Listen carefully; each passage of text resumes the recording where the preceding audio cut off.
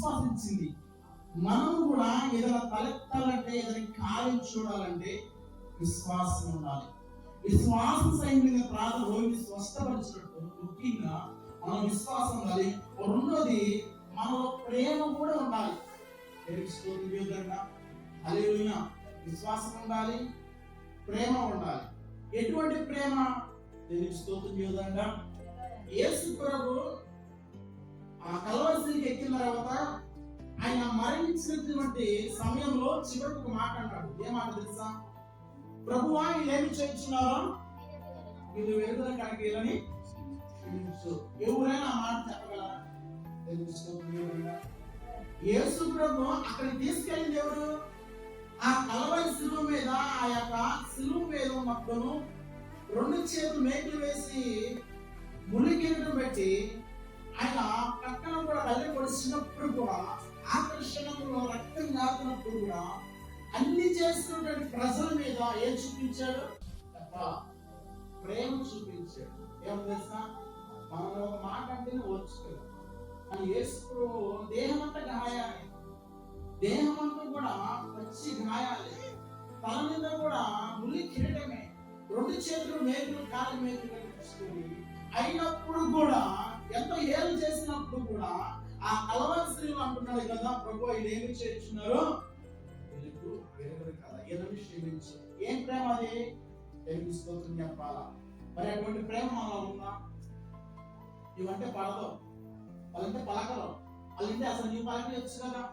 నువ్వు దేవుడు తెలిసిందాని కదా, దేవుడు నింతే కదా. దేవుడు మన కోసం అంత చేస్తే ఈ రోజున పక్క వాళ్ళతోనే మనం మాట్లాడాలి. తెలుస్తుంది కదా, ఇంట్లో వాళ్ళనే మనకు సమాధానం ఉంది. కానీ ఈమె ప్రేమ చూపించింది. అదినవాడుగా చూడండి, కుమారుడి మీద ఉన్న శ్రద్ధ కుమార్తె మీద ఉండిద్దా?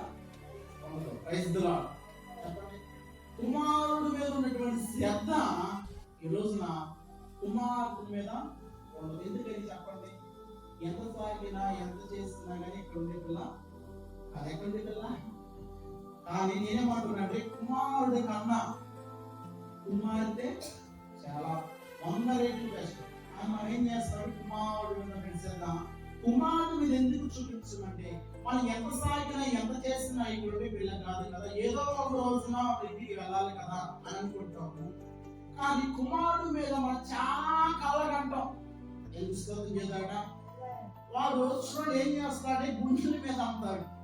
వాడి ఇల్లు కడతాం, అన్ని చేస్తాం. పెళ్లి చేసినప్పుడు కూడా చివరికి వచ్చినప్పుడు ముక్కు వేయడానికి కూడా తెలుస్తుంది విధంగా. ఈ రోజు నా వృధా ఆశయాలు ఎత్తుకోండి. తెలుస్తుంది విధంగా. హల్లెలూయా.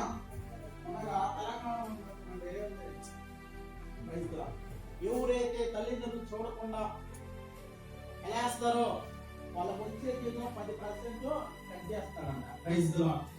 హల్లెలూయా. అర్థమైందా? చూడండి, ఇప్పుడు మీ ఆదరికి బిడ్డ, ఈ కనాని స్త్రీ యావరి కుమార్తె కదా, ఉంటే పోతే పోయింది, దెయ్యం పట్టింది కదా. మరి ఆ ప్రాంతంలో ఎంతో నష్టపోయి ఉండొచ్చు. అలా కుమార్తెకి దెయ్యం పట్టిందంట. ఎవరైనా వచ్చిందా? తెలుసుకోండి అప్ప. ఎవరికి పోతే పోయింది అనుకుందా? అని చూడండి, తన కుమార్తె మీద ఎంత ప్రేమ కలిగి ఈ కనాని స్త్రీ యేసు ప్రభు ఎదురు తీసుకున్నారు. ఎందుకంటే కుమార్తె విషయంలో ప్రేమినాథనికి బిడ్డారా, కుమార్తెకు తల్లిదండ్రుల మీద చాలా ప్రేమ ఉంటుంది. కుమారుడు మాత్రం అస్సలు. Praise the Lord. ఎందుకంటే నువ్వు ఏ రోజైనా అత్తగారి ఇంటికి వెళ్ళిన తర్వాత అయినా కూడా, తండ్రి ఏ జావై వెళ్ళినా కూడా తలుపు కడితే మా నాన్న వచ్చాడని కుమార్తె తలుపు తీసింది. Praise the lord. హల్లెలూయా. తీస్తే తీరా తీసింది. అదే కుమారుడిని మనం లాగబెట్టి ఏం చేస్తాడు? పంపాడు. Praise the lord. హల్లెలూయా. ఈ కనాని స్త్రీ కూడా యామోలి కుమార్తె అని వదిలేయలా. యామోలి దేం పట్టింది కదా, పోతే పోయింది, ఉంటే మనకి వదిలేయలా.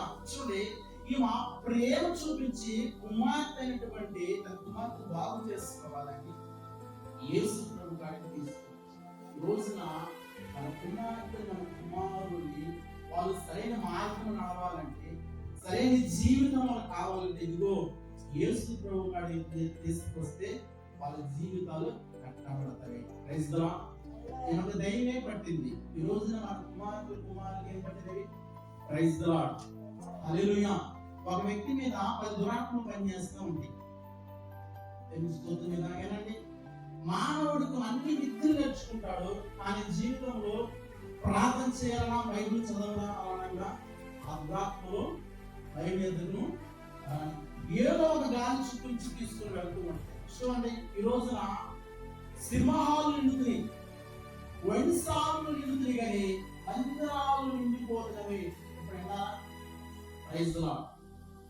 అంటే వాటి పేరేమంతా కూడా యవనస్తుల లోకం వైపు చూపిస్తున్నాడు. మరి మందిరాలు ఎందుకు నిండలేదంటే కారణం ఏంటంటే ఒక ఆత్మ దేవుని సన్నిధానాన్ని నడిపించడానికి ఈ దుష్టుడు ఈ యొక్క ఆత్మలు ఏం చేస్తాడంటే అది ఆత్మ మీద ఏలుబడి చేస్తూ ప్రార్థన చేయాలి, రాని ప్రార్థన రావాలన్నా, పరిచయం చేయాలన్నా, ప్రార్థన చేయాలన్నా, పరిచయం పాల్గొనుకోవాలన్నా కూడా ఈ దురాత్మలు ఏం చేస్తాయంటే అసలు యేసు ప్రభు యొద్దకు రానికుండా చెడగొడుతూ ఉంటాయి. Praise the Lord. అనుకోవచ్చు, మా కుమార్తె ఏం చేయబట్టింది, మా కుమార్తె ఏం చేయబట్టింది అని అనుకోవచ్చు. దేవుని సన్నిధికి రాకపోతే ఏమంటారు, ప్రార్థన చేసే సమయం ప్రార్థన చేయబట్టినట్టు, వాక్యం చదివే సమయం వాక్యం చదవడం ఏమంటాడు నేను చెప్పాలి. Praise the Lord. అంటే వాళ్ళు ఏముంది, ఏవో ధర్మశాస్త్రం దివారాత్రులు ధ్యానించేవాడు. Praise the lord. వాస్తవమా కదా? మరి ఈ రోజున దేవుని సన్నిధికి రాకపోతున్నప్పుడు, ప్రార్థన చేయకపోయినప్పుడు, పరీక్షలో పాల్గొనకపోయిన మనము ఏమి పట్టినట్టు. Praise the lord. హల్లెలూయా. ఎంత నామకార్థమా, దేవుడు కలవరిలో మరణించినది నీకోసం నా కోసమే కదా, ఏ ఒక కోటే కదా. దేవుడు మనకు సంవత్సరాలు ఆయుష్ ఇస్తున్నాడు. రోజుకి 4 గంటలు ఇచ్చిన మనకు 2 గంటలు మిగతా మీరే వాడుకునే 2 గంటలు. 30 రోజులు 31 రోజు ఇచ్చే నెలకొచ్చి 4 ఆదివారాలే మైంపచ్చని కీర్తించని మీ జీవితాన్ని బాగు చేస్తాం. మిగతా 26 రోజులు కూడా తెలుసుకోవడం చేయాలి. ఎవరి మనకి ఇచ్చాం. సంవత్సరానికి 360 రోజులు, సంవత్సరంలో 52 వారాలు.